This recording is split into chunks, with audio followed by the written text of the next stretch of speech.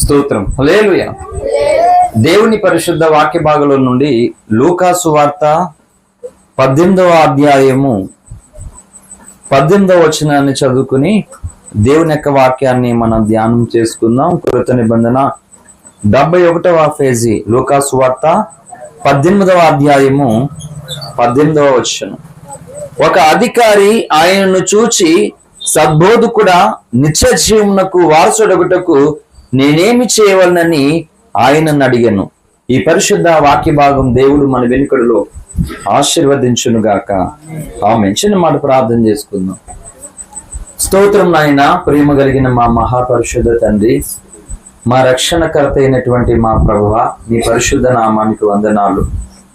ఇగో తండ్రి, ఈ దండపూడి ప్రాంతంలో పరిచర్య చేస్తున్నటువంటి మా సహదాసుడు, నీ సేవకుడు సిమోన్ పాస్టర్ గారిని బట్టి, పాస్టమ్మ గారిని బట్టి, వారి కుటుంబం బట్టి, సంఘమును బట్టి ప్రభువా మీకు వందనాలు, స్తోత్రాలు చెల్లిస్తున్నాను.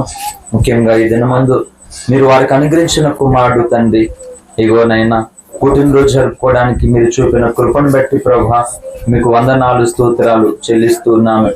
అయ్యా కుమారుని దీర్ఘాయుష్యుతో తండ్రి మీరు దీవించి ఆస్వాదించి నీ ఎదుట ప్రభువా అయ్యా ఉన్నతుడిగా మహోన్నతమైనటువంటి విద్యను అభ్యసించినటువంటి వాడుగా ప్రభా కుమారుడు పెరిగి పెద్దవాడవడానికి నాయన మీరు దీవించమని, దీర్ఘాయుష్మంతుడిగా ప్రభా మీ జ్ఞానముతో కృపతో తండ్రి పెద్దల దయతో మనుషుల దయతో బాగుపడుతున్నట్లుగా దీవించమని ప్రార్థిస్తున్నాను. సంఘ పరిచర్యను విశాలపరచమని ప్రార్థిస్తున్నాను. చేరువచ్చిన మీ సేవకులను కూడా ఆశీర్వదించండి, సంఘమును దీవించండి, కుటుంబమును, బంధువర్గం అంతటిని కూడా ఈ రాత్రి ప్రభా పేరు పేరున మీరు దర్శించమని, వాక్యమైన యేసయ్య ఈ రాత్రిని దాసుని నీ శిలువ చాటును మరుగుపరిచి చేరువున్న సమాజముతో, సంఘముతో, ప్రతి వారితోనూ ప్రభా నీవే మాట్లాడి నీ ఉద్దేశములు మానవుని యొక్క హృదయములో నెరవేరునట్లుగా సహాయం చేయమని మా ప్రియుడును రక్షకుడైన యేసుక్రీస్తు యొక్క నామమున ఈ ప్రార్థన అడుగుచున్నాము తండ్రి. ఆమేన్, ఆమేన్. హల్లెలూయా. దేవుని పరిశుద్ధ నామానికి మహిమ కలుగును గాక. ఈ సమయాన్ని నాకు ఇచ్చినటువంటి అధ్యక్షుల వారు పాస్టర్ గారికి, బాబుర పాస్టర్ గారికి హృదయపూర్వకమైన వందనాలు తెలియజేస్తున్నాను. అలాగే ప్రేమతో మమ్మల్ని ఆహ్వానించినటువంటి సిమోన్ పాస్టర్ గారికి, కుటుంబానికి, సంఘానికి ప్రభునామంలో ప్రత్యేకమైనటువంటి వందనాలు. వేదికలు ఉన్నటువంటి శేఖర్ పాస్టర్ గారికి కూడా ప్రత్యేకమైనటువంటి వందనాలు. మంచిది, కొద్ది నిమిషాలు దేవుని యొక్క వాక్యాన్ని మనం ధ్యానం చేసుకుని త్వరగా ఈ కూడుకును ముగించుకుని కేక్ కట్ చేద్దాం. హల్లెలూయా.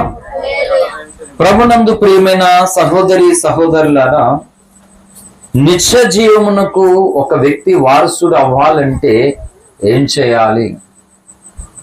ప్రస్తుత ప్రపంచవ్యాప్తంగా ఉన్నటువంటి జనాభా 750 కోట్ల మంది జనాభా ఉన్నది ప్రపంచవ్యాప్తంగా. ఈ 750 కోట్ల మంది జనాభాను మనం విభాగిస్తే ఒకరు ఆస్తిక వర్గం, మరొకరు నాస్తిక వర్గం. ఆస్తికులు అంటే ఏదొక దేవుణ్ణి ఆరాధించేటువంటి వారు.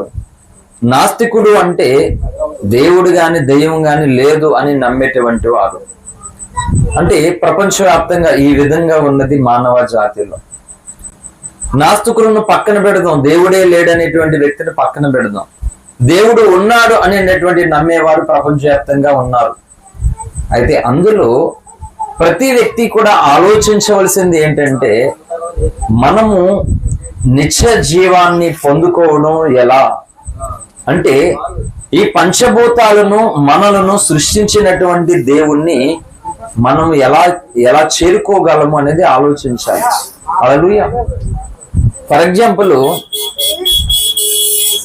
నర్సరీ నుండి 10th క్లాస్ వరకు స్టడీ అయిపోయిన తర్వాత ఫర్దర్గా +1 +2 ఇంటర్మీడియట్కి వెళ్ళడానికి మనము ఆలోచిస్తాం. ఎలా అంటే ఇంటర్లో ఉండేటువంటి అనేక గ్రూప్స్ ఉంటాయి. ఏ గ్రూప్ తీసుకోవాలి, సో ఏ సబ్జెక్టు నాకు గ్రిప్ ఉంది అని ఆలోచిస్తారు కదా ప్రతి ఒక్కరు. అంటే ఏ విధంగా మనము ఫ్యూచర్లో స్థిరపడాలో ఆ విధంగా 10th తర్వాత మనం ఒక ప్లానెడ్గా మన స్టడీస్ని మనం ఎంచుకుంటాం. అవునా కదా? అంటే డాక్టర్ అవ్వాలంటే, లేకపోతే కలెక్టర్ అవ్వాలంటే, అంటే దానికి సంబంధించినటువంటి కోర్స్ ఏదైతే ఉందో దాన్ని మనం ఫాలో అవుతాం. అవునా కదా? ఇప్పుడు డాక్టర్ అవ్వాలని చెప్పి ఎంపీసీ, హెచ్ఈసీ తీసుకుంటే డాక్టర్ అవుతారా? ఆ కోర్సు అవుతుందా? దానికి సూటబులా? నాట్ ఎలిజిబుల్ కదా. అంటే బైపీసీ తీసుకోవాలి మెడికల్ వేలోకి వెళ్ళాలంటే, తర్వాత నీట్ రాసుకుంటారు.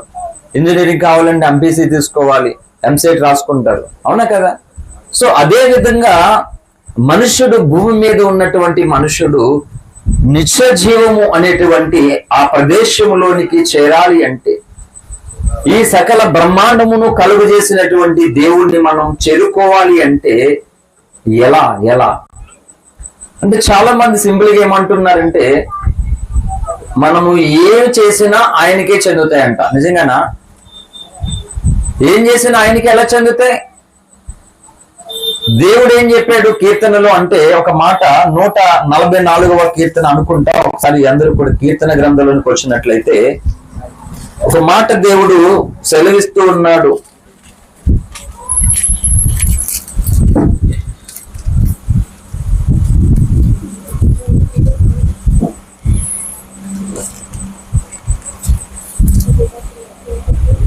అక్కడ ఏమని ఉంటుందంటే, నిజముగా మొరపెట్టు వారందరికీ సమీపంగా ఉండి ఉత్తరమిస్తానని. చదువు తల్లి. తనకు మొరపెట్టు వారందరికీ. అమ్మ ఎన్నో కీర్తన మీరు చదివేది? అవును, ఓకే, చదువు తల్లి. తనకు మొరపెట్టు వారందరికీ, నిజముగా మొరపెట్టు వారందరికీ యెహోవా సమీపముగా ఉన్నాడు. తన యందు భయభక్తులు గల వారి కోరిక ఆయన నెరవేర్చును, వారి మొర్ర ఆలకించి వారిని రక్షించెను. హల్లెలూయా. అంటే లేఖనము ఎంత స్పష్టముగా సాక్ష్యమిస్తూ ఉన్నది అంటే, తనకు మొర్ర పెట్టాలంట. అంటే నేను పెట్టే మొర్ర ఎవరొకరికి వినబడితే ఎవరొకరు వస్తారులే కాదు కదా, అది గోల్తో కాదు. అందుకే మనకి ఒక స్పష్టత ఉండాలి, ఒక గోల్, ఒక అంబిషన్, ఒక విజన్ అనేది మనం ఈ భూమి మీద మనం కలిగి ఉండాలని దేవుడు కోరుకుంటున్నాడు. హల్లెలూయా. అంటే భూమి మీద ఉన్నటువంటి మనుష్యుడు నేను దేవుణ్ణి చేరుకోవాలి అనే ఆ ఆలోచన కలిగి, దేవుని దగ్గరకు నేను వెళ్ళాలి అనేటువంటి మనసు కలిగి, ఆ ధ్యానములోనికి మనిషి నడిచినట్లయితే, జీవించినట్లయితే ఒకనాడు ఖచ్చితంగా దేవుణ్ణి చేరుకోని అనే అవకాశము తనకు కలుగుతూ ఉన్నది. హల్లెలూయా. మీరు కొంచెం ఇంకా యాక్టివేట్ అవ్వలేసేమో. హల్లెలూయా. మనం ముగింపులోనికి వచ్చేసాం, ఇంకా డిస్టర్బెన్స్ గా ఉంటున్నారు. మ్రొక్కని దేవుడే లేడు, తిరగని డాక్టరే లేడు, వాడని మెడిసినే లేదు, నాకు మనశ్శాంతి లేదు. మ్రొక్కని దేవుడే లేడు, తిరగని డాక్టరే లేడు, వాడని మెడిసినే లేదు, నాకు మనశ్శాంతి లేదు. నన్ను ప్రేమించిన దేవా, నన్ను కరుణించిన దేవా, నా కొరకు రక్తము కాచి ప్రాణం పెట్టితివి, నీ సేవకై నన్ను పిలిచితివి.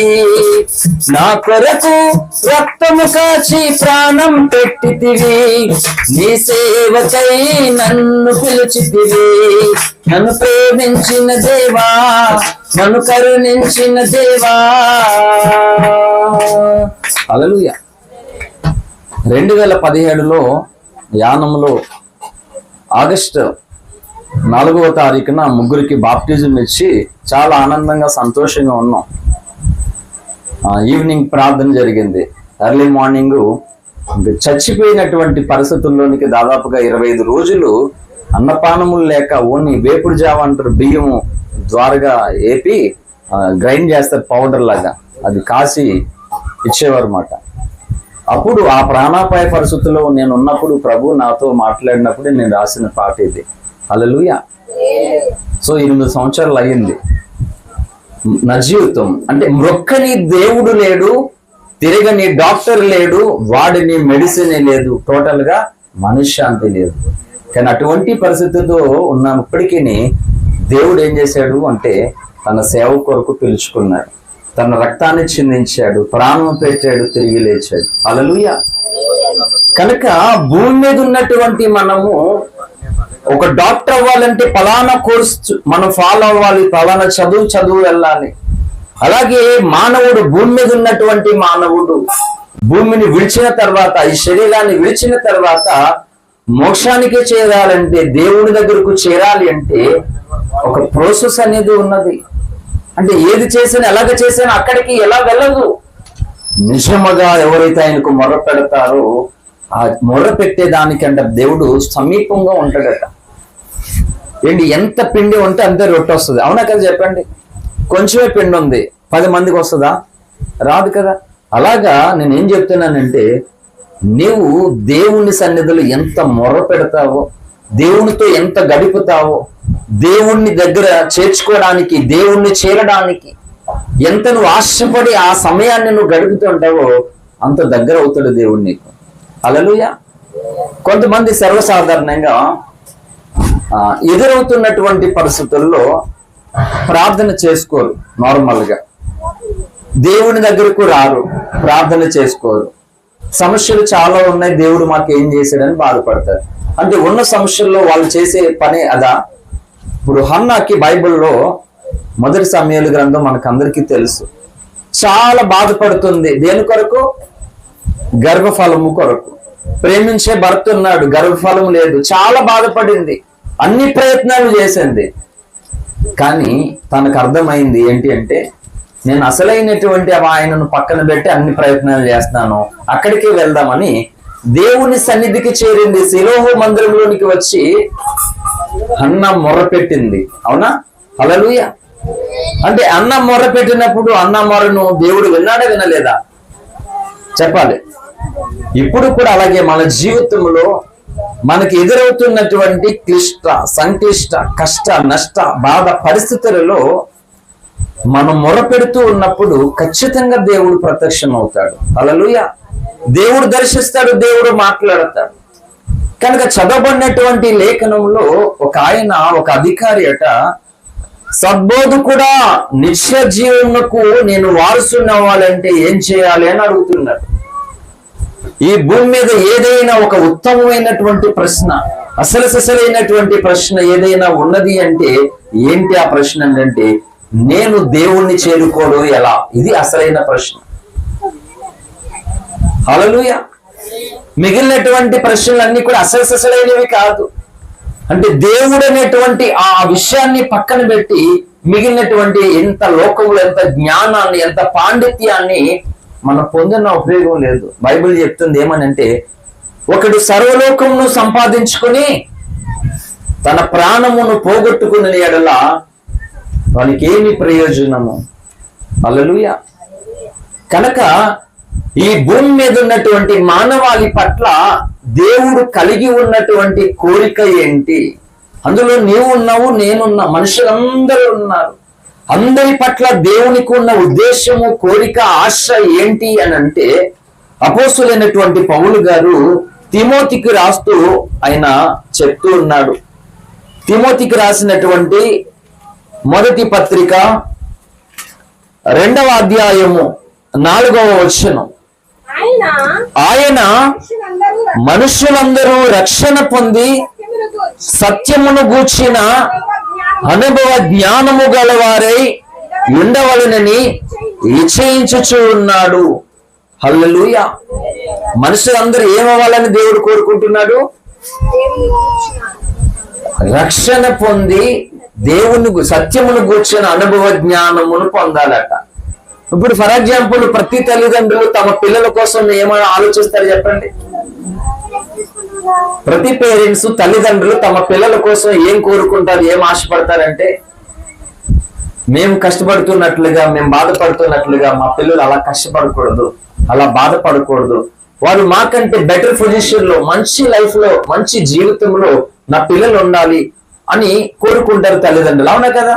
నేను చాలా కష్టాలు, బాధలు పడుతున్నాను, మా పిల్లలు అంతకంటే ఎక్కువ కష్టాలు పడాలని ఎవరైనా కోరుకుంటారా? ఎవరు కోరుకోరు. మనమే ఇంకా మన పిల్లలు బాగుండాలని చాలా ఆశపడతాం, కోరుకుంటాం. దేవుడు కూడా తన ప్రజలమైనటువంటి మానవ జాతిని బాగుండాలి, బాగా ఉండాలి, తన దగ్గర తనతో పాటు సంతోషముగా ఉండాలని దేవుడు కోరుకుని ఏం చేశాడంటే, అపోస్తుల కార్యముల గ్రంథం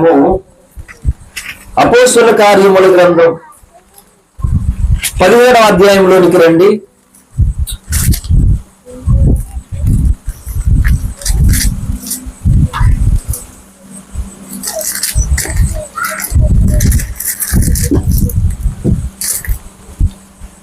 అపోస్తుల కార్యముల గ్రంథం 17వ అధ్యాయము 26-27 వచనం. మరియు యావత్ భూమి మీద కాపరముండుటకు ఆయనొకని నుండి ప్రతి జాతి మనుషులను సృష్టించి, వారు ఒకవేళ దేవునిని తడువులాడి కనుగొందురేమోయని తన్ను వెదుకు నిమిత్తము నిర్ణయ కాలమున వారి నివాస స్థలము యొక్క పొలిమేరలను ఏర్పరచెను. ఆయన మనలో ఎవనికిని దూరముగా ఉండేవాడు కాడు. హల్లెలూయా. దేవుడు ఏం చేశాడంట? ప్రతి ఒక్కరికి కూడా పొలిమేరలను ఏర్పాటు చేసాడట. పొలిమేరలు అంటే యాక్చువల్లీ నేను పల్లెటూరులో పుట్టి పెరిగాను కాబట్టి కొన్నిసార్లు బైబిల్లో ఉన్నటువంటి కొన్ని అర్థాలు బాగా అర్థం అవుతాయి కొన్నిసార్లు. ఎందుకంటే పల్లెటూరులో కొన్ని భాషలు కొన్ని చాలా అక్కడ అర్థం అవుతుంటాయి. సో పొలిమేరలు అంటే అర్థం ఏంటంటే, ఫిజికల్ గా మేము చాలా పూజ కార్యములు చేసేవాళ్ళము. అంటే ఊరికి 4 దిక్కులు ఉంటాయి కదా. ఈ మూలలు ఏవైతే మూలలు, ఈశాన్యం, అగ్ని, నైరుతి, వాయువు అనేటువంటి మూలల్లో ఆ పండుగ దసరా నాడు అలాంటి ఫెస్టివల్స్ వచ్చినప్పుడు పొలిమేరల్లో ఏం చేస్తామంటే, మేము మా ఆచారాల ప్రకారంగా పసుపు నీళ్లు పసుపు కలిపి ఆ పూజారి అర్చకులు ఎవరైతే ఉంటారో ఆ సంబరాలు జరుగుతున్న సమయంలో ఆ పొలిమేరలో మేము ఏం చేస్తామంటే, దీన్ని సెలిమేర అంటారు అన్నమాట, పసుపు నీళ్ళతో ఉన్నటువంటి దాన్ని. ఆ సమయంలో 4 మూలల్లో 4 దిక్కులు ఇవి వేస్తామాట. అక్కడ మేము దండం పెట్టుకుంటాం. పొలిమేరలు అంటారు దాంట్లో అన్నమాట. దేవుడు ఏం చేశాడంటే, మానవ జాతి తనను కనుగొని తనను వెదుకు నిమిత్తము పొలిమేరలను ఏర్పాటు చేశాడంట. అంటే దేవుడు వారికి దొరకడానికి, దేవుణ్ణి వీరు కనుగొనడానికి ఆ పొలిమేర అంటే ఓపెన్ ద డోర్. బాగా మనకు అర్థమయ్యేటట్లుగా చెప్పుకోవాలంటే కాలింగ్ బెల్ కొడుతున్నాం, ఓకే, అలా డోర్ తీస్తున్నాం అన్నట్లుగా దేవుడు అలా మానవ జాతికి ఆ డోర్ ఓపెన్ చేసాడు మాట. కానీ దేవుడు ద్వారాలు తెరిచినప్పటికీ మానవుడు ఇంకా కూడా ఏం చేస్తున్నాడంటే, దేవుణ్ణి వెతకడం లేదు. హల్లెలూయా. దేవుణ్ణి మానవుడు వెతకడం లేదు. అంటే భూమి మీద మానవుడు ప్రతిదీ కూడా ఆల్మోస్ట్ తనకు నచ్చినట్లుగా, తనకు తోచినట్లుగా, తనకు ఇష్టమైనట్లుగా తన ఆలోచనను అనుసరించి నడుచుకుంటూ ఉన్నాడు. తీరా ఏం చేస్తున్నాడంటే, దేవుడు నాకేం చేశాడు అంటున్నాడు. అంటే నువ్వు దేవుణ్ణి అడిగి చేసావా? ప్రతిదీ దేవుడి దగ్గర అడిగావా? ప్రభువా ఇది చేయాలా చేయకూడదని అడిగావా? అంటే క్రైస్తవులు ఆ పని చేయట్లేదు, చాలా వరకు లోకము ఆ పని చేయట్లేదు. పైగా ఏం చేస్తున్నారు, మనము అందరూ కలిపి దేవుడు ఏం చేయలేదు, దేవుడు అన్యాయిస్తుడు, దేవుడు నాకేం చేయలేదని అనుకుంటున్నారు. లేదు, సర్వశక్తుడు అన్యాయము చేయుట అసంభవము. హల్లెలూయా. ఏంటి, మనకేదో నష్టము కలిగిందని, బాధ కలిగిందని, ఇబ్బంది కలిగిందని అనుకున్నది జరగలేదని దేవుడు అన్యాయం చేశాడని మనం మాట్లాడకూడదు. నేను ఒక డాక్టర్ని అవ్వాలనుకుని చాలా కష్టపడ్డా. ఎల్కేజీలో ఉన్నప్పుడే, ఊహ తెలిసినప్పుడే నేను చావు బ్రతుకుల మధ్య పోరాడుతున్న వ్యక్తినని నాకు అర్థమైంది. ఊహ తెలిసేసరికి, నాకు మాటలు వచ్చేసరికి నేను రోగినని అర్థమైంది. అలా ఉన్నప్పుడు ఇంకేం హోప్స్ ఉంటాయి? ఎన్ని హాస్పిటల్కి ఈ భుజాన్న మా నాన్నగారు వేసుకుని హాస్పిటల్ తిప్పుతూ ఉన్నా సరే డబ్బంతా కరిగిపోతుంది, వారి ఆనందం కరిగిపోతుంది. చివరికి అలా నేను నాన్నగారు కూడా చనిపోయారు. నా పరిస్థితి మాత్రం దిగజారిపోయింది. అయినా సరే నేను డాక్టర్ అవ్వాలనుకున్నాను. ఎందుకంటే ఓ భయంకరమైన అనారోగ్యంతో హాస్పిటల్ చూపించుకోవడానికి డబ్బు లేక, మెడిసిన్కే డబ్బు లేక, కష్టాల పాలు అప్పుల పాలైపోయినటువంటి కుటుంబముతో చాలా వేదన పడి నేను ఎలాగైనా కష్టపడి డాక్టర్ని అవుతే ఆ ఏరియాలో హాస్పిటల్ పెట్టి కొంతమంది బీదలకు నేను ఉచితంగా ట్రీట్మెంట్ చేయాలి, కొంతమందిని బ్రతికించాలని చాలా కష్టపడి చదువుకున్నా. చదువు దూరం అయిపోయింది, ఆరోగ్యం పాడైపోయింది, అన్నీ దూరం అయిపోయాయి. అప్పుడు అనిపించింది మామూలుగా నాకు, నిజంగా దేవుడు అనేవాడు ఉన్నాడా? ఉంటే ఎందుకు నా జీవితం ఇలా జరుగుతుంది? నాన్నతో ఆడుకోకుండా నా తండ్రి చనిపోయాడు, చదువుకోకుండా నా చదువు దూరం అయిపోయింది, లక్షలు పోసి హాస్పిటల్ తిప్పిన ఆరోగ్యము పాడైపోయింది. ఎందుకు ఇలా జరుగుతుంది? దేవుడు ఉంటే మంచివాడు కాదు, ఆయన మంచివాడు కాదు ఉన్నవాడు నిజంగా అని చాలా బాధ, చాలా వేదన, చాలా దుఃఖము కలిగింది. నిద్ర లేని రాత్రులు 5 సంవత్సరాలు నేను కంప్లీట్ గా పడుకోలే. 5 సంవత్సరాలు పడుకోలేదు నేను. రాత్రి మగలు ఒంటరిగా ఆలోచన చేస్తూ నరక వేదన అనుభవించి ఎందుకు పుట్టాను, ఎందుకు బ్రతుకుతున్నాను, ఏంటి జీవితం అని ఎన్నో రకాల ప్రయత్నాలు చేసి చచ్చిపోవడానికి మొత్తం అన్ని ప్రయత్నాలు చేశాను. అవసరం పెట్టి చెప్తున్నాను, సాక్ష్యం కాదు కానీ వాక్యం కొరకు మిమ్మల్ని సిద్ధపరుస్తూ ఉన్నాను. చాలా డబ్బు అయిపోయింది, మనశ్శాంతి లేదు, మళ్ళా రిపీట్ అయిపోయి ఉన్న ఒక ప్రేగు తీసేస్తే ఇంకొక ప్రేగు కూడా పాడైపోయింది. అటువంటి పరిస్థితితో ఎక్కడికి వెళ్ళాలో ఏం చేయాలో అర్థం కాని పరిస్థితులు. మీకు అవసరం పెట్టి ఒక వీడియో చూపెడతాను, ఎందుకంటే నేను చెప్పిన దానికంటే మీరు చూస్తే ఎక్కువగా మీకోసం మీరు ప్రార్థన చేసుకుంటారు, మీ హృదయాలలో ఇంకా ఎక్కువ భారం కలుగుతుందని నా మనసుకు అనిపిస్తూ ఉన్నది. హల్లెలూయా. ఇది సాక్ష్యము కొరకు వాక్యము కాదు కానీ వాక్యము కొరకే వాక్యం. హల్లెలూయా. సో అంటే మీకు ఎంకరేజ్ ఆఫ్ ద వర్డ్ కొంచెం మీరు చూస్తే సంతోషంగా మీ ముందు ఉన్నటువంటి వ్యక్తి ఏంటో, మీ ముందు ఉన్న వ్యక్తిని వెనకాల నడిపిస్తున్న వ్యక్తి ఎవరో మీకు అర్థం అవుతుందని ఇది చూపిస్తున్నాను. ఒక్క నిమిషం చూడండి.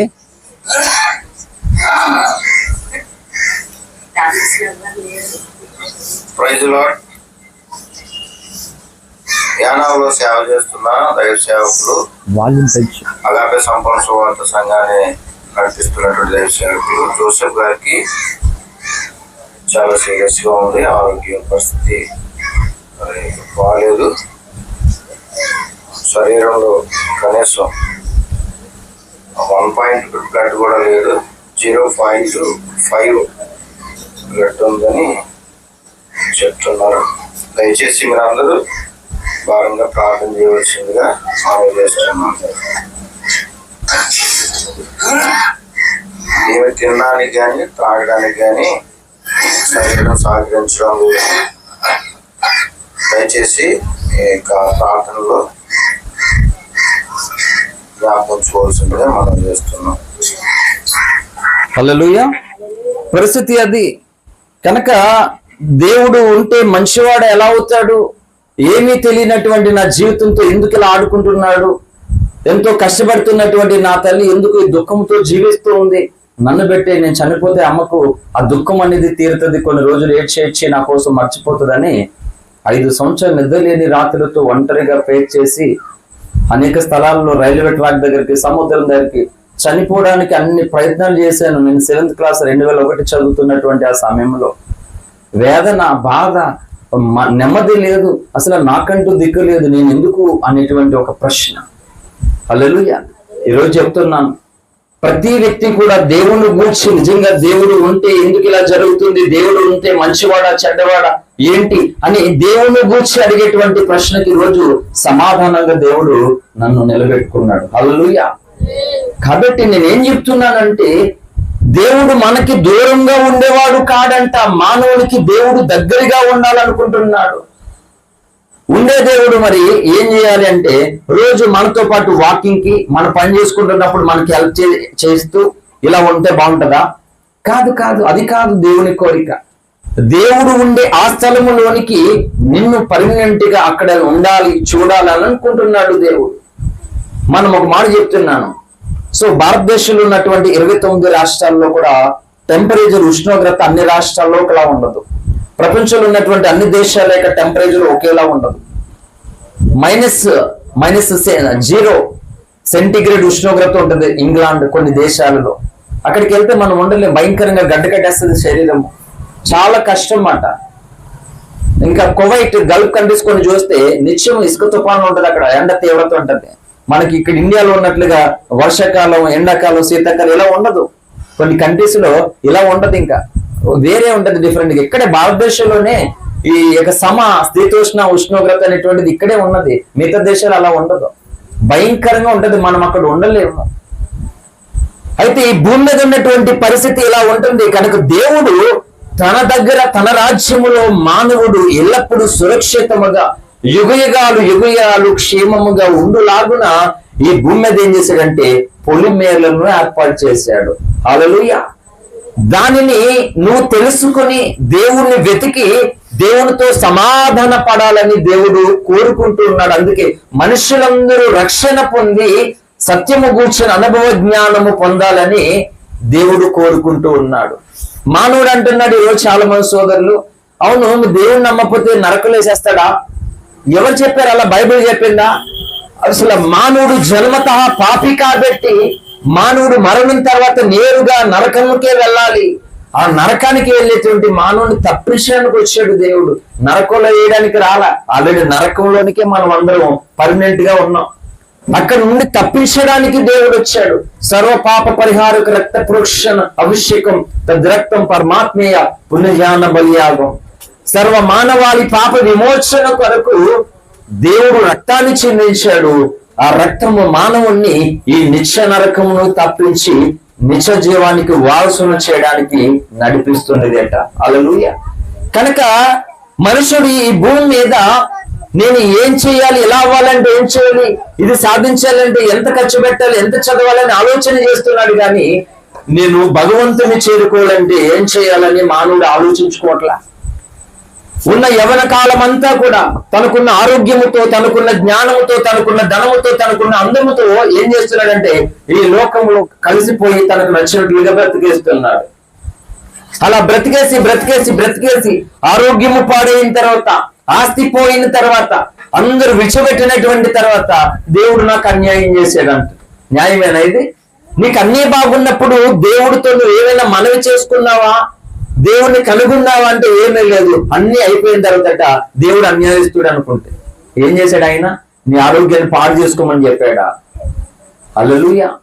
కనుక మేము స్వార్థ చేసినప్పుడు పత్రిక పంచుతాం ఏంటంటే అందరూ బాగుండాలి, అందరూ బాగుండాలి. ఈ భూమి మీద ఉన్నటువంటి అన్ని జాతుల ప్రజలు, అన్ని కులస్తులు, అన్ని మతాల వారు అందరూ బాగుండాలి, బాగా ఉండాలి. అంతేకాదు ఈ భూమిని విడిచిన తర్వాత కూడా బాగుండాలని స్వార్థ ప్రకటన చేస్తున్నాం. మతం మార్చడం వల్ల ఉపయోగం లేదు. ఇప్పుడు ఎవరైనా ఒకరు రక్షణ పొందారు, మారారు, నాకేమన్నా కష్టం తీరుతుందా, నా ఆస్తి పెరుగుతుందా అంటే నా కష్టాలు తీరవు, నా ఆస్తి పెరుగుతుంది, నాకు ఏమీ జరగదు. కానీ దేవుడు ఎందుకొరకు మమ్మల్ని ఎన్నుకున్నాడు, ఏర్పాటు చేసుకున్నాడు, ఆ పని చేసినప్పుడు దేవుడు సంతోషిస్తాడు. హల్లెలూయా. దేవుణ్ణి సంతోష పెట్టడానికి, దేవుణ్ణి మహిమపరచడానికి ఈ పని చేస్తూ ఉన్నాం కానీ ప్రజలను కష్టపెట్టడానికి కాదు. ఒక మతములో ఉన్నటువంటి వారును మరొక మతములోనికి తీసుకుని వెళ్ళడానికి కూడా కానే కాదు. కనుక నా దేశ ప్రజలైనటువంటి వారు ఈ విధముగా దేవుణ్ణి కనుగొనాలి, ఈ విధముగా దేవుడు ఉండేటువంటి స్థలాన్ని చేరడము కొరకు ప్రయాసపడాలి ఈ భూమి మీద ఉంటుండగానని ప్రేమతో విన్నవిస్తూ ఉన్నాను. హల్లెలూయా. కనుక సద్బోధకుడా నిత్య జీవానికి వారసునవ్వాలంటే ఏం చేయాలి అని బైబిల్ చెప్తూ ఉన్నది. ఏం చేయాలి చెప్పండి?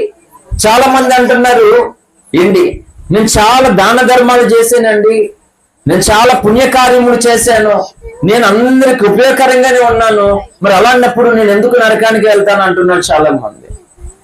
నేను అలా రక్షణ పొందకపోతే, అలా రక్షకుడు యేసేనని నేను నమ్మకపోతే నేను నరకానికి ఎలా వెళ్తాను, ఇన్ని మంచి పనులు చేశాను కదా అంటున్నాడు.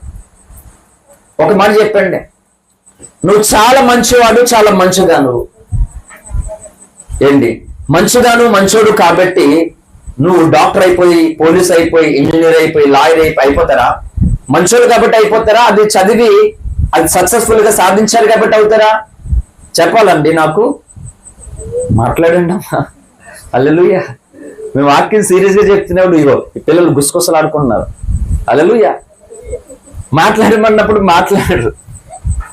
చెప్పండి, మంచోళ్ళు కాబట్టి అన్ని జరిగిపోతాయా?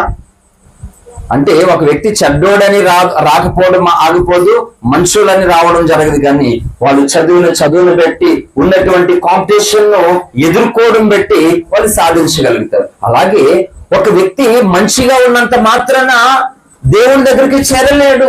ఇక్కడ కొన్ని నీతి కార్యాలు, కొన్ని దాన ధర్మాలు చేసినంత మాత్రాన భగవంతుని చేరలేరు. ఆ పాప పుణ్యాల ఫలితం ఈ భూమి మీద అనుభవిస్తాం. కానీ మంచిగా ఒట్టిగా ఉన్నంత మాత్రాన మనం అక్కడికి చేరిపోవడం ఎలా సాధ్యం అవుతుందండి? నేను అనుకున్నాను డాక్టర్ అయిపోయి చాలా మంది బీదలకు నేను హెల్ప్ చేయాలని చాలా ఆశపడ్డాను. చాలా వరకు చదువుకోవడానికి ట్రై చేశాను. మొత్తం మీద నేర్చుకుంటూ డిగ్రీ కంప్లీట్ చేశాను. అయిపోయింది. డాక్టర్ అయిపోయినా ఆపరేషన్ చేసేసి అందరికి బాగు చేస్తానా అంటే చాలా ఆశపడ్డాను కదా ఇన్ని సంవత్సరాలు. అంటే అయిపోద్దు. అంటే నా ఆశ లోపల ఉన్నది కానీ అది కంప్లీట్ గా నేను ఫుల్ఫిల్ చేయలేదు. దాన్ని నేను చేసుకోలేకపోయాను, టార్గెట్ చేయలేకపోయాను. మరి ఎట్లా ఇంకొక వ్యక్తిని బ్రతికిస్తాను? అలాగే ఒక వ్యక్తి ఈ భూమి మీద మంచిగా బ్రతికి పుణ్యకార్యాలు చేసినందువలన నరకాగ్ని గుండం మరి తప్పించుకుని దేవుని దగ్గరికి చేరడం సాధ్యమో కాదు. అందుకే సింపుల్ గా ఒక మాట అందరికి బాగా వాడుకలో అర్థమయ్యే రీతిగా ఏంటంటే, ఒకవేళ ఎంత ఎండ కాసని ఎంత వర్షం వచ్చినా మంచోడికి చెడ్డోడికి ఆ ఎండ ఉంటుంది, వర్షం ఉంటుంది, ఉండదా? అలాగే నరకాగ్ని స్వర్గం అనేవి కూడా అందరికి అలా ఉంటాయి. హల్లెలూయా. వర్షం వచ్చినప్పుడు ఏం చేయాలి? వర్షం నుండి తడవకుండా ఒక షెల్టర్ లోనికి వెళ్ళాలి. ఎండ వస్తున్నప్పుడు నీడ స్థలానికి మనం చేరాలి. అలాగే మానవ జాతికి నరకం అనేటువంటి ఒక పెను ప్రమాదం పొంచి ఉన్నది. ఆ పెను ప్రమాదం నుండి మానవుడు తప్పించుకోవడం కొరకు దేవుడు ఒక్కడే ఆధారం మాట. హల్లెలూయా. ఆ దేవుడు ఒక్కడే ఆధారం. అందుకని తప్పించుకోవడానికి ఆయన రెక్కల చాటుకి వెళ్ళాలంట మానవుడు. ఎల్లట్లా డబ్బు ద్వారా. ఇప్పుడు కరోనా వచ్చిందండి, మళ్ళీ కరోనా అంటున్నారు. ఇప్పుడు ఇంక ఏమైనా వస్తాయి లోకంలో. కరోనా వచ్చింది, అన్ని జరిగినాయి. కరోనా నుండి మనం కాపాడుకోవాలంటే ఏం చేయాలని చెప్పారు? మాస్కులు అన్నారు, శానిటైజర్ అన్నారు, సోషల్ డిస్టెన్స్ అన్నారు. అవి మాత్రమే కాక ఏమన్నారు తర్వాత? వ్యాక్సిన్ అన్నారు. అవునా కదా? అంటే ఒక భయంకరమైన ప్రాణాంతకమైనటువంటి వ్యాధి నుండి మనం కాపాడుకోవడం కొరకు ఇన్ని జాగ్రత్తలు చెప్పారు ప్రభుత్వం వారు. అవునా? మరి అదే చెప్తున్నాను, ఆ భయంకరమైనటువంటి పొంచి ఉన్న నరకం నుండి తప్పించుకోవడానికి మానవుడు ఏ జాగ్రత్తలు తీసుకోకుండానే స్వర్గానికి వెళ్ళిపోతాడా? ఆ పొంచి ఉన్న ప్రమాదం నుండి నేను ఎలా తప్పించబడాలని తను ఆలోచన చేయకుండానే మానవుడు మోక్షానికి ఎలా చేరిపోతాడండి? అంటే ఈ లోక సంబంధంగా ఏదైనా ఒకటి చెయ్యాలంటే చాలా కష్టపడాలి, చాలా ప్రయాసపడాలి, చాలా చదువుకోవాలి. కానీ దేవుడి దగ్గరికి వెళ్ళడం మాత్రం అంట ఏమనుకుండా కళ్ళు మూసుకుంటే వెళ్ళిపోతాడట. ఏమన్నా న్యాయమేనా?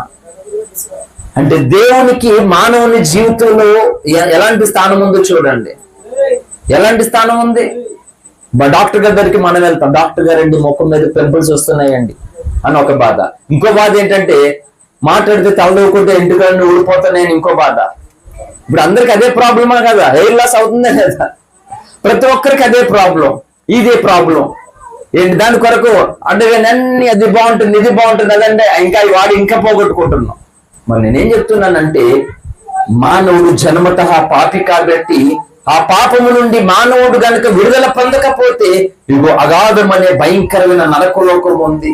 దాని నుండి తప్పించుకోవడం ఎలా అని మానవుడు ఆలోచన చెయ్యాలి, మానవుడు ప్రయాసపడాలి, తెలుసుకోవాలి. ఇవేమీ ఆలోచించట్లేదు, ఈ ఫిజికల్ గానే ఆలోచిస్తూ ఉన్నారు. హల్లెలూయా. మీకు మాట చెప్తున్నా, డాక్టర్ అవ్వాలన్నా, ఇంజనీర్ అవ్వాలన్నా, లాయర్ అవ్వాలన్నా, ఏదైనా సరే ఈ రోజుల్లో గవర్నమెంట్ జాబ్ కొట్టాలంటే చాలా కష్టపడాలి, చాలా ప్రయాసపడాలి. కానీ ఇంకొక విచిత్రం ఏం చెప్పనా, దేవుడు అయిపోవాలంటే చాలా సింపుల్ అయిపోతాం. హల్లెలూయా. తెలుసా మీకు? నా ప్రసంగంలో చాలాసార్లు చెప్పాను నేను. నా పేరు ఈశ్వర్ జోసెఫ్ రహీం అని పెట్టుకుంటాను. మళ్ళీ ఎవడైనా గట్టిగా మాట్లాడితే అని కూడా చెప్పాను. అలాగనే అంటే 20 సంవత్సరాల క్రైస్తవ జీవితంలో ఇన్ని ఉపవాసాలు, ఇన్ని ప్రార్థనలు, ఎంత భక్తి చేస్తే మాకు కలిగింది ఏంటంటే అవమానాలు, నిందలు, బాధలు, కష్టాలు, కన్నీరు, నిద్రలేని రాత్రులు, కడుపుకోతాం. ఎందుకు ఈ జీవితం అవసరమా? ఒక్కసారి బాబాని అయిపోతే గనక, నేను ఈశ్వర్ బాబాని అయిపోతే గనక బాధించేవాళ్ళు అక్కడ ఉండడం, ఏడిపించేవాళ్ళు అన్న ఉన్నది. ఏముంది? సింపుల్ గా ఎలాగ ఇప్పుడు కొంచెం ఉంది, ఇంకా అది ఇక్కడ వరకు పెంచుకొని, హెయిర్ పెంచుకొని, ఒంటి మీద డ్రెస్ తీసేసి ఏంటి కొంచెం ఏదో పెట్టుకొని అలాగా కళ్ళు మూసుకొని మాట్లాడక్కర్లేదు, మౌనంగా ఉంటే చాలు. అంటే చెప్తాను, ఇది విమర్శన కాదు, కానీ సింపుల్ గా అయిపోతే 100,000 మంది నీ దగ్గర మహిమలు నేను వస్తారు నీ దగ్గరికి. ప్రైమ్ మినిస్టర్ ఆఫ్ ఇండియా 140 కోట్ల మందికి అధినేతగా, దిక్సూచిగా, నాయకుడిగా, ప్రెసిడెంట్ గా ఉన్నటువంటి నరేంద్ర మోడీ గారు ఇలాగ ఒక వ్యక్తి దగ్గరికి వచ్చి ఆశీర్వాదం పొందుతున్నాడు. నాకు అనిపించేది 140 కోట్ల మందికి నువ్వేం మాదిరివయ్యా? అంటే నిన్ను ఫాలో అవ్వాలి అంటే ఒంటి మీద బట్టలు లేనటువంటి ఒక వ్యక్తి దగ్గరకు వచ్చి తన బ్లెస్సింగ్ తీసుకుని పెట్టుకుంటున్నాడు ఆయన. అంటే ఈజీగా అయిపోవచ్చు ఈరోజు, కానీ భక్తులు అవ్వడం చాలా కష్టం అండి. దేవుడు అయిపోవడం సింపుల్ భూమి మీద, కానీ దేవ భక్తుడు అవ్వాలంటే చాలా కష్టం. హల్లెలూయా. పాస్టర్లు యాక్సెప్ట్ చేయరు ఏంటి, పాస్టర్లు యాక్సెప్ట్ చేయరు. దేవుడు నీతో మాట్లాడుతున్నాడంటే, దేవుడు నీ దర్శనాల ద్వారా, స్వప్నాల ద్వారా, ప్రవచనాల ద్వారా మాట్లాడతారంటే చాలా మంది పాస్టర్లే నమ్మరు, కుటుంబమే నమ్మరు. వీళ్ళంతసేపు భక్తి అంట, ప్రార్థన అంట, భర్తలు భార్యలు తిడతారు, పిల్లల తల్లిదండ్రులు తిడతారు. ఇలా రకరకాలుగా భక్తులు అవ్వాలంటే చాలా కష్టపడాలి ఈ భూమి మీద. చుట్టూ ఉన్న మనుషులు ఒప్పుకోరు, కానీ దేవుళ్ళు అయిపోవాలంటే ఎంత సింపుల్ మాట. హల్లెలూయా.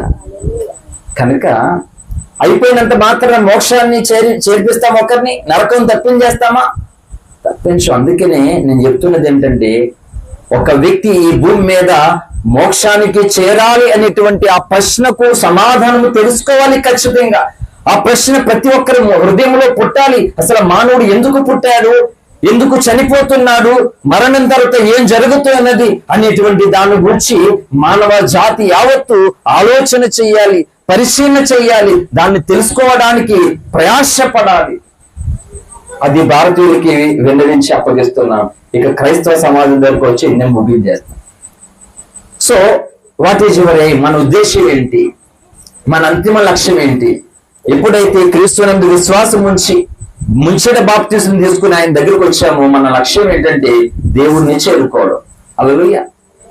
చెప్పండి, ఇప్పుడు మన జీవితాలలో ఎవరు ఎలా ఉన్నారో అలాగే ఉండిపోయి మన యాత్ర అలాగే కొనసాగి ముగించేస్తే మనం దేవుణ్ణి చేరగలుగుతామా?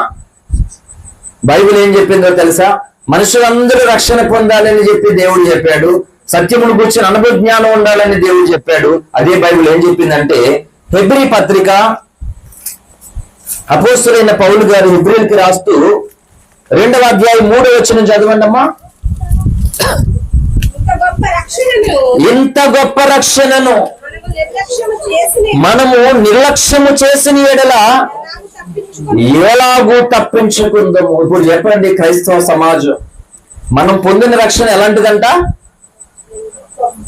గొప్పది అంట. అది సామాన్యమైన కాదు, ద గ్రేట్ వర్డ్ మాట. గొప్పది గొప్పది గొప్పది గొప్పది. ఎంత గొప్పది అంటే మన ఆరోగ్యము కంటే, మన ఆస్తి కంటే, మన పేరు ప్రఖ్యాతుల కంటే, చివరకు మన ప్రాణము కంటే గొప్పది రక్షణ. హల్లెలూయా. రక్షణకు ఏది మనలో సమానమైనది కానే కాదు. అంత గొప్ప రక్షణ దేవుడు ఉచితంగా మనకి ఇచ్చాడు. ఇప్పుడు ఈ రక్షణ ఏం చేస్తున్నారని బైబిల్ చెప్పింది? నిర్లక్ష్యం చేస్తున్నారట. అంటే నిర్లక్ష్యం అనే ఆ పదాన్ని మీకు వివరిస్తాను. ఓకే, ఇప్పుడు భోజనాన్ని నిర్లక్ష్యం చేస్తున్నాం. ప్రతిరోజు అంటున్నాం, టిఫిన్ దగ్గర మధ్యాహ్నం భోజనం, సాయంత్రం భోజనం అంటున్నాం, తిను. అలాగే రోజు అంటున్నాం. చివరికి ఏమవుతాం మనం చెప్పండి అమ్మా, చెల్లులారా చెప్పండి, తల్లులారా. హల్లెలూయా. నచ్చలేదా నేను? హల్లెలూయా. చెప్పండి, భోజనాన్ని రోజు నిర్లక్ష్యం చేస్తున్నాం, ఏమవుతాం? ఆరోగ్యం క్షీణిస్తుంది, పాడైపోతాం. అండి, రోజు స్నానం చేయడం మానేస్తున్నాం, ఏమవుతుంది? శరీరం స్కిన్ ఎలర్జీలు వచ్చి స్కిన్ పాడైపోతుంది. అలాగే చదువుని రోజు నిర్లక్ష్యం చేస్తున్నారు చదువుకునే పిల్లలు, ఏమవుతారు? సింపుల్ గా ఫెయిల్ అవుతారు. ఒక వ్యక్తి మొత్తం ఏ పని చేయట్లేదు, ఖాళీగా కూర్చున్నారు అనమాట, ఏముంటుంది? జీవితం పాడైపోతుంది. ఇల్లు ఉండదు, ఇంట్లో బయట ఎక్కడ కూడా ఇల్లు ఉండదు. అంటే ఏదైతే నువ్వు నిర్లక్ష్యం చేస్తావో దాన్ని బట్టి సమాజం నిన్ను ఏం చేస్తుంది? అవాయిడ్ చేస్తుంది. అవునా కదా?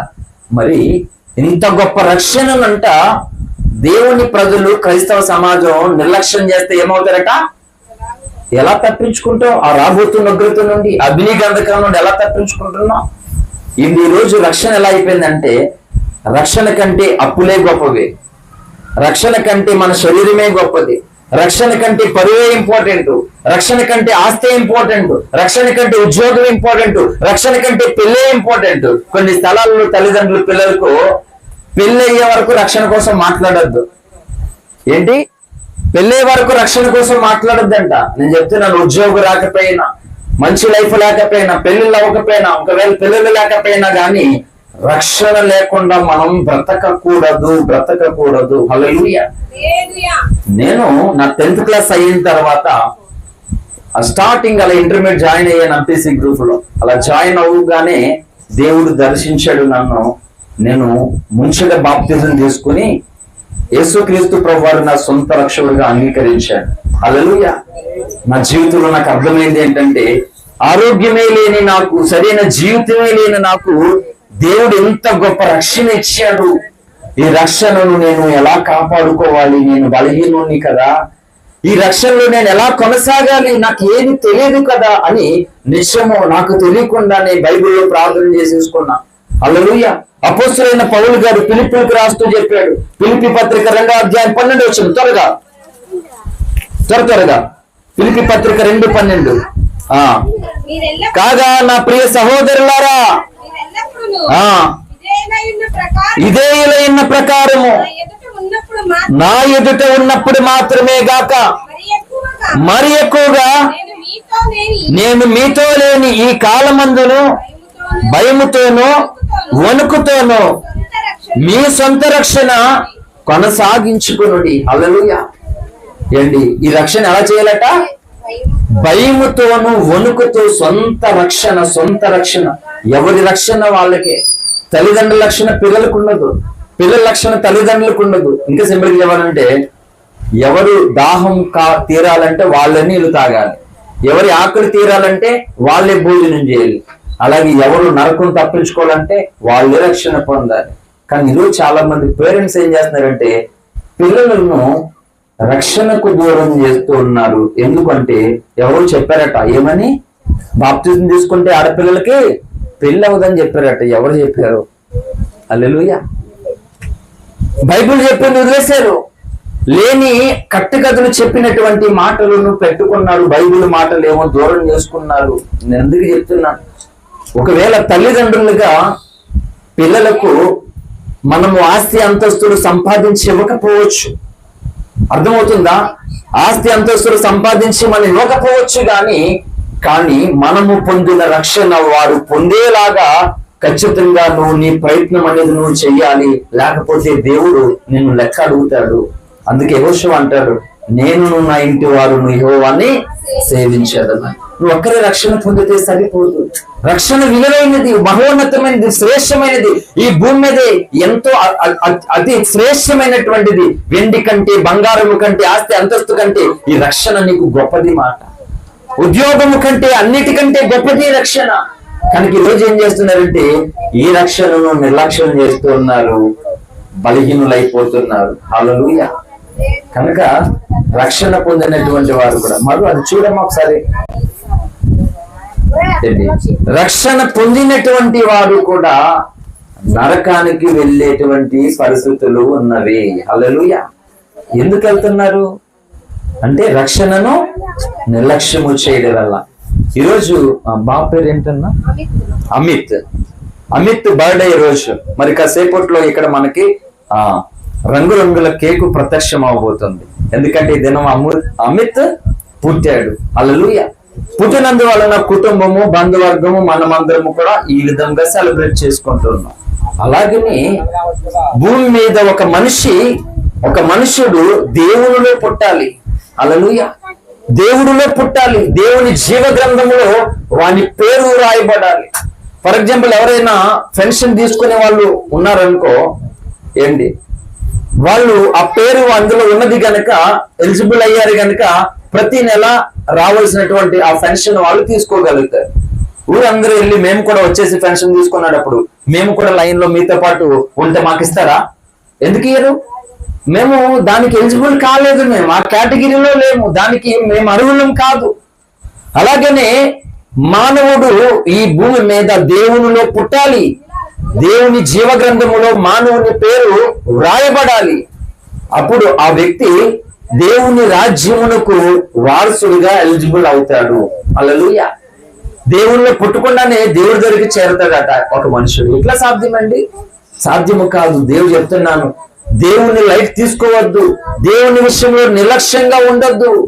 ఎందుకు అంటే, ఇప్పుడైతే ఈ రక్షణ పొందాం, కానీ ఈ రక్షణ సంపూర్ణంగా కొనసాగాలంటే భయముతో వణుకుతోను ఈ సొంత రక్షణ కొనసాగాలంటే చివరిగా పౌలు గారు హెబ్రీయులకు రాసిన పత్రికలో చెప్తూ ఒక మాట చెప్పారండి. ముగించుకుందాం. చివరి మాట హెబ్రీ పత్రిక 5వ అధ్యాయము 10వ వచనం అండి. చివరి మాట 10వ వచనం.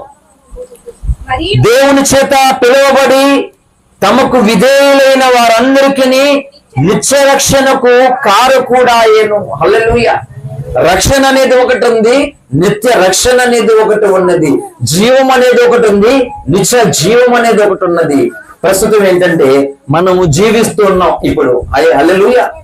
ప్రస్తుతం మనం అందరం జీవిస్తున్నాం, కానీ ఈ జీవము పరలోక రాజ్యానికి సంబంధం లేదు. ఇది తాత్కాలికమైన జీవము. అందుకే యాకోబు చెప్తాడు, కొంతసేపు కనబడి అంతలో ఆవిరైపోయేటువంటి నీటి బుడగల వంటిదంటే మన జీవితం ఈ భూమి మీద. ఈ జీవం ఎప్పుడు ఆగిపోతుందో తెలియదు. కనుక ఈ జీవం అంట నిత్య జీవముగా మారాలని ఆ దేవుడు కోరుకుంటూ ఉన్నాడు. హల్లెలూయా. కనుక ఆ నిత్య జీవాన్ని పొందుకోవడం కొరకు మనం ఇక్కడ ఏం చేసామంటే రక్షణ పొందాము. కానీ ఈ రక్షణ ఎలా ఉండాలంటే నిత్య రక్షణగా మారాలంట. నిత్య రక్షణగా ఎప్పుడు మారుతుంది, ఎలా మారుతుంది అంటే ఎవరైతే దేవునికి విధేయులవుతారో, లోబడతారో, దేవుని యందు భయభక్తులు కలిగి ఉంటారో, దేవుని ఆలోచన చొప్పున. అందుకే మొదటి కీర్తన ఏమని రాయబడింది? దుష్టుల ఆలోచన చొప్పున నడవక పాపుల మార్గం. చాలు కదా. అంటే దుష్టుల ఆలోచనలు ఉంటాయి. ఆ దుష్ట ఆలోచన చొప్పున నడిస్తే ఏమవుతారంటే మన జీవితాలను మనం కూర్చుకుంటాం, దేవునితో ఉన్న సంబంధాన్ని కూర్చుకుంటుంటాం. ఏంటి మంచి కుటుంబ వ్యవస్థను కూర్చుకుంటాం. ఈరోజు చాలా మంది జీవితాలు స్నేహాలు అలాగే చెడు స్నేహాలు కలిగి చెడు ఆలోచన చొప్పున నడుస్తున్నారు. అందుకే సామెతలు 11వ అధ్యాయంలో చెప్తుంది, ఆలోచనకర్తలు అనేకులు ఉండుట రక్షణకరం అంట. నాయకులే లేని జనులు చెడిపోతారు, పాడైపోతారు అని చెప్పింది సామెతల గ్రంథం. అందుకే మనకి గైడెన్స్ ఇచ్చేవాళ్ళు కావాలి. ఎందుకు దేవుడు సేవకులను ఏర్పాటు చేసుకున్నాడు అని అంటే ఏంటి, మిమ్మల్ని దేవుని ఆలోచన చొప్పున నడిపించడానికి దైవజనులు ఏం చేస్తారంటే కన్నీరు కార్చుతారు, ప్రార్థనలో గోజాడుతారు. నువ్వు ఆత్మీయంగా ఎదగాలని, ఆరోగ్యంగా ఉండాలని, నీకు ఎదురవుతున్న ప్రతి సమస్య నుండి విడుదల పొంది నువ్వు దేవుని వలన మేలు పొందాలని దైవజనులు ఏం చేస్తారు తెలుసా? తమ ప్రార్థన గదులు తల్లిలాగా ప్రసవేదన పడతారు. కానీ అర్థం కాదు సమాజానికి.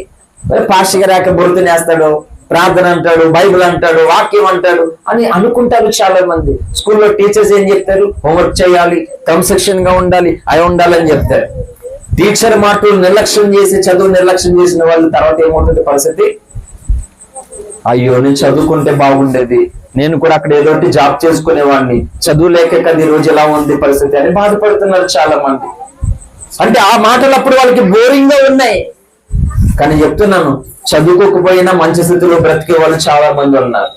కానీ నేనేమంటున్నానంటే దేవుని మాటను మానవ జీవితంలో నిర్లక్ష్యం చేస్తే ఒకవేళ ఈ భూమి మీద బాగా ఉంటామేమో గాని భూమిని విడిచిన తర్వాత చాలా భయంకరమైన ధనవంతుడు ఎదుర్కొన్నటువంటి ఆ ప్రమాదములోనికి వెళ్ళిపోతాం. కాబట్టి ప్రభునందు ప్రియమైన సహోదరి సహోదరులారా, ఆ అధికారి అంటున్నాడు లూకాసు వార్త 18:18లో ఏమని? సద్బోధకుడా, నేను నిత్య జీవానికి వారసురవ్వాలంటే ఏం చేయాలి అని అంటున్నాడు. దేవుడు చెప్పాడు, ఇగో నువ్వు నీతిగా బ్రతకాలి. పిల్లలు మాట్లాడొద్దు, క్రిండ్ ఆఫ్ సైలెంట్, లాస్ట్ మినిట్ లో మనం మీరు జాగ్రత్తగా ఉండాలి, నువ్వు మంచి కార్యాలు చేయాలి, సత్కార్యాలు చేయాలి అని అంటే ఆ వ్యక్తి చెప్తున్నాడు సింపుల్ గా, నేను బాల్యం నుండి అన్ని విషయాల్లో పర్ఫెక్ట్ గా ఉన్నాను అన్నాడు. అంటే అతడు అనుకుంటున్నాడు నాలో ఏ తప్పు లేదు, నేను అన్ని విషయాల్లో పర్ఫెక్ట్ గా ఉన్నాను, నేను హ్యాపీగా నిత్య జీవాన్ని స్వతంత్రించుకోవచ్చు అని అనుకుంటున్నాడు ఆ ధనవంతుడు, ఆ యవనుడు, ఆ అధికారి. ఈరోజు చాలా మంది అనుకుంటున్నారు, నేను ఎవరికి ఏ అపకారం చేయలేదు, ఎవరికి దొంగలించలేదు, ఏ పాపకార్యాలు చేయలేదు, నేను అందరికి ఉపయోగకరంగా మంచి కార్యాలు చేశాను, దాన ధర్మాలు చేశాను, నాకేంటి నాకెందుకు వస్తుంది నరకం, నాకెందుకు వస్తుంది ఇది అని చాలా మంది అనుకుంటూ ఉన్నారు. హల్లెలూయా. కాబట్టి నేను చెప్తున్నాను, మంచిగా ఉన్నంత మాత్రాన, ఏదో మంచి కార్యాలు చేసినంత మాత్రాన ఆ రాబోతున్న ఉగ్రత నుండి, ఆ ప్రమాదం నుండి ఎవరు తప్పించుకోలేరు. హల్లెలూయా. పరమాత్ముడు ఒక్కడే దానికి ఆధారం. కనుక దేవుడే తప్పించాలి. దేవుడు తప్పించాలంటే ఆయన్ని అడగాలి. ఆయన అడగకపోతే దాని నుండి మనల్ని బయటకు తప్పించేటువంటి నాదులు, దిక్కు భూమి మీద ఏ ఒక్కరికి లేదు. అందుకనే టోటల్ గా మానవ జాతిని అడుగుతున్న ఒక మాట, దయచేసి ప్రియమైన సహోదరి సహోదరులారా, ఆ పెను ప్రమాదం నుండి, మరణం తర్వాత సంభవిస్తున్నటువంటి ఆ భయంకరమైన అగాధ కోపం నుండి తప్పించబడి దేవుణ్ణి చేరుకోవడం కొరకు ఇక్కడే బ్రతికి ఉండగానే మానవుడు అడగాలి, మానవుడు దాన్ని వెతకాలి, మానవుడు దాని కోసము ప్రయాసపడాలని విజ్ఞప్తి చేస్తున్నాను. సేమ్ టైం క్రైస్తవ సమాజాన్ని అడుగుతున్నాను, ఇంకా రక్షణను నిర్లక్ష్యం చేస్తూ రక్షణలో కొనసాగకుండా రక్షణను పక్కన పెడుతున్నటువంటి వ్యక్తులు కూడా ఆ పెను ప్రమాదం పొంచే ఉన్నది. కాబట్టి రక్షణ పొందినటువంటి క్రైస్తవము ఇగో దేవుని అందుని భయభక్తులు కలిగి ప్రార్థనలో ఎదుగుతూ దేవుని వాక్యము చెప్పున, దేవుని ఆలోచన చెప్పున, చెడు సహవాసాల నుండి, చెడు స్నేహాల నుండి దూరముగా ఉండి యోసేపులాగా పారిపోతూ దేవుని దగ్గరలోకి రావాలి. ఇంకా రక్షణ పొందకుండా ఏం పర్లేదులే పొందకపోయినా అని రక్షణ విషయంలో ఇగో నిర్లక్ష్యముతో ఉన్నటువంటి వ్యక్తులు కూడా ఇదే మిక్కిలి అనుకూల సమయం కనుక అది వయసుతో సంబంధం లేదు, పెళ్లితో సంబంధం లేదు, ఉద్యోగం, ఇల్లు, వ్యాపారం, ఆస్తులతో ఈ రక్షణ సంబంధము లేదు. ఇదే మిక్కిలి అనుకూల సమయము కనుక ఒక వ్యక్తి భూమి మీద పుట్టినట్లుగానే నీవు నేను దేవుణ్ణిలో పుట్టాలి. ఆ పుట్టికే మనల్ని దేవుని దగ్గర యుగయుగాలు ఉండేలా చేస్తుంది. కనుక మనమందరము ఆ నిత్య జీవానికి వారసుల బిడ్డకు యేసు క్రీస్తును మరొకసారి మన హృదయంలోనికి ఆహ్వానించి క్రీస్తును మన హృదయాల మీద రాజుగా ప్రభుగా ప్రతిష్ఠించుకుని ఆయన రాజ్యమునకు వారసులవుదాం. ఎట్టి కృప పరిశుద్ధాత్మ దేవుడు మానవ జాతికి క్రైస్తవ సమాజమునకును అనుగ్రహించును గాక. ఆమేన్, ఆమేన్, ఆమేన్. Thank you. అందరికీ వందనాలు. సమీక్షించినటువంటి ప్రార్థన చేసుకుందాం. ప్రార్థన.